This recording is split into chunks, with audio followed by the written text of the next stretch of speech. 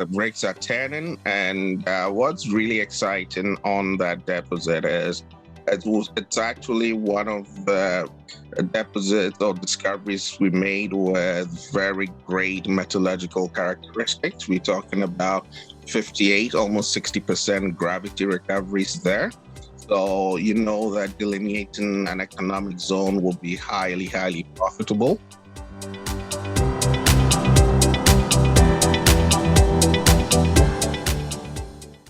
Hello, welcome to Assay TV. Today, I'm joined once again by Nana Sangmuah, who is the President, CEO and Director of Roscan Gold. Roscan Gold are focused on the Kandioli Project in southwest Mali, where the company has made a number of discoveries, 6 in fact, and they are currently actively drilling on the projects and expanding the mineralization footprint. Nana, good to see you once again. How are things?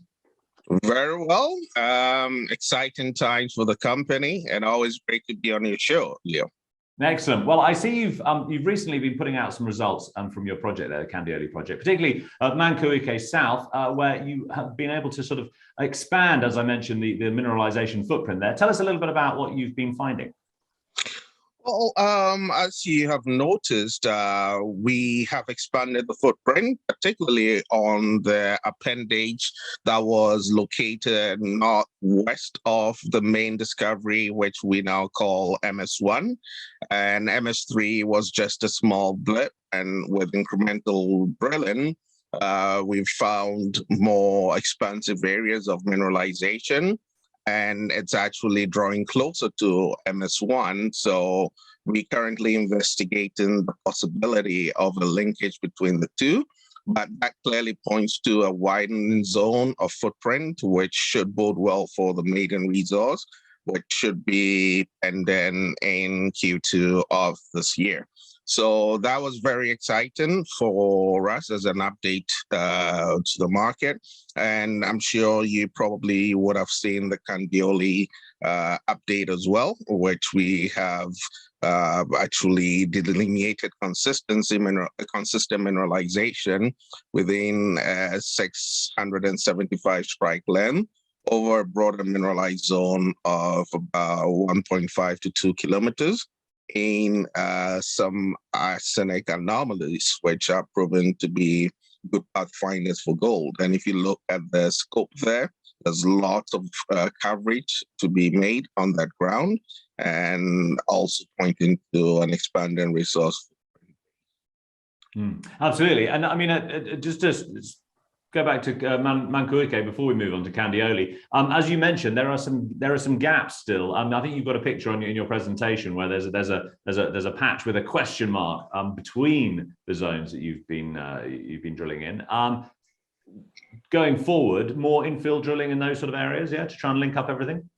Yes, we got rigs turning in that area, trying to figure out the connection between the two zones. Some of these areas have had initial passes of air core shallow drilling, but with a recent update, we discovered that there were some deep high-grade lenses that were not showcasing on surface that weren't following up. So that's an exciting phase of drilling that we currently undertaking, and hopefully due to announce some results in the market in the coming weeks. Yeah, absolutely. And as you mentioned, I mean, there's also assays pending from your already completed drill holes. Yeah, so lots of news flow on the way. Yeah. Yes, we got about circa 10,000 meters waiting to hit the market, and drills are still turning. So as you would have noticed so far this year, we've been quite consistent with news flow after we address the problems at the labs. So we get in a much quicker turnaround, and we hoping that that is sustained well into the maiden resource. So it should be a very busy year for us. Absolutely. And moving to Kandioli North, as you mentioned, you've been able to expand there as well, but more drilling to come on that, particularly at depth, maybe.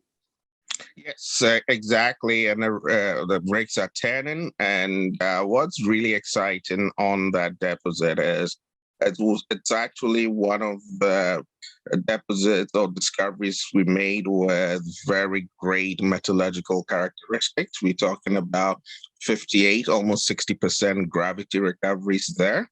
So you know that delineating an economic zone will be highly, highly profitable.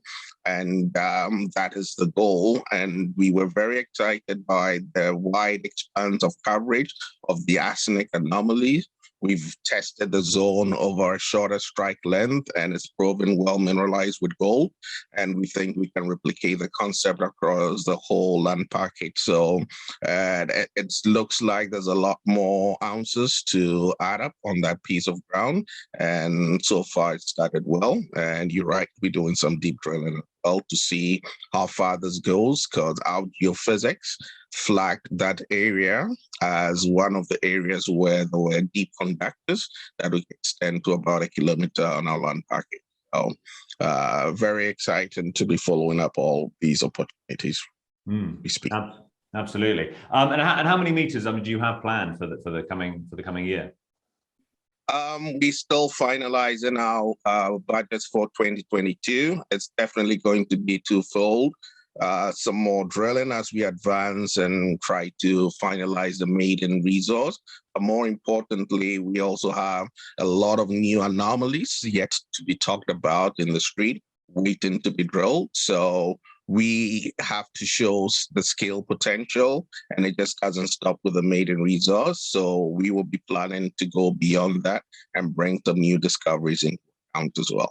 I mean, as you mentioned, we talked about at the beginning. You know, you've made sort of 6 discoveries. I mean, more if you break those up into their sort of Mankouke South, West, North, all this sort of stuff. But you've also got more anomalies around to look into. How do you go about sort of prioritizing which targets to go after at any one time? Great question, Leo. And I know that the street probably gets a little bit hazy eyes when we start talking about our targets and our discoveries. So we are just about finalizing the prioritization exercise, and we should be announcing that to the market very shortly.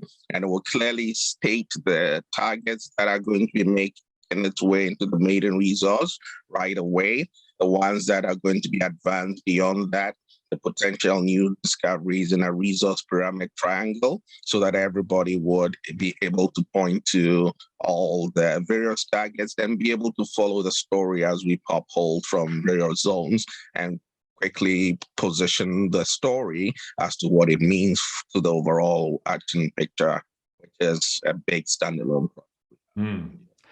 Absolutely, because I mean, let's just talk about a little bit where you are in Southwest Mali. You're there, surrounded by some pretty big mining producers. And tell us a little bit about sort of the the infrastructure and the how have you been able to continue business through the pandemic period, and also with this sort of drill rig availability and assay lab availability and all that sort of stuff. How is it for doing business down there? Yeah, it's been great. Basically, we've not lost a day. Infrastructure is excellent. We have an airstrip that can actually land the Boeing 747 just about 15 minutes away from our camp. So we can get in and out very quickly. We basically just sandwiched between 2 of the largest producing assets in Africa, all producing circa 500,000 ounces a year. And these are extensive mines with solid infrastructure, and some of which we can piggyback off. So the location is great. We had issues with our lab last year where there was sort of a huge backlog that was stuck. That was quickly resolved later on during the end of the year. And that's been, I mean, you can see from the consistency of news flow that it's significantly improved. With the ECOWAS sanctions in place, we very much wanted to be assured that we would have no disruptions, and the labs have assured us, and we're still getting quick turnaround so far. So knock on wood, no further disruptions to the cycle that we've been able to attain right now in terms of turnaround times. So in terms of business, it's probably, I would say, it's business as usual. I mean, we're not moving rigs off the side. We probably bring in more to the side and working very aggressively on our 2022 budget, which the goal is to target some of our land packages which have seen very less drilling. And I'll highlight that packages like Nyala, probably the largest tenement we have, has seen the least amount of drilling. And that's quite exciting artisanal activity with outcrops and showings all over. So it's crunch time, and I think it should all culminate to lots of news flow in. Absolutely. And you're going to, so you mentioned you're going to try and put out a resource update or a maiden resource in Q2. And in terms of sort of starting work on sort of economic studies on the project, how's that looking? When do you hope to have that underway?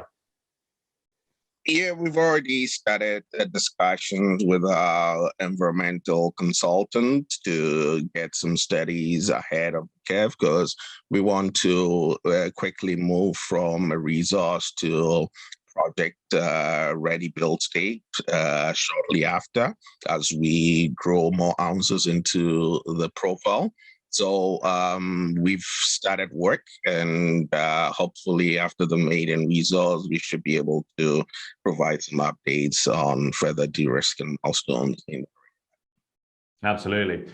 So the drill rigs are turning, and you'll be having more results out going forward. Thank you very much for joining us for this update today, and we look forward to speaking with you again later in the year as more results come out and you start working on this new target. But thank you very much, Nana, for joining us today. Always a pleasure, Leo, and looking forward to a very exciting 2022. Good speaking with you.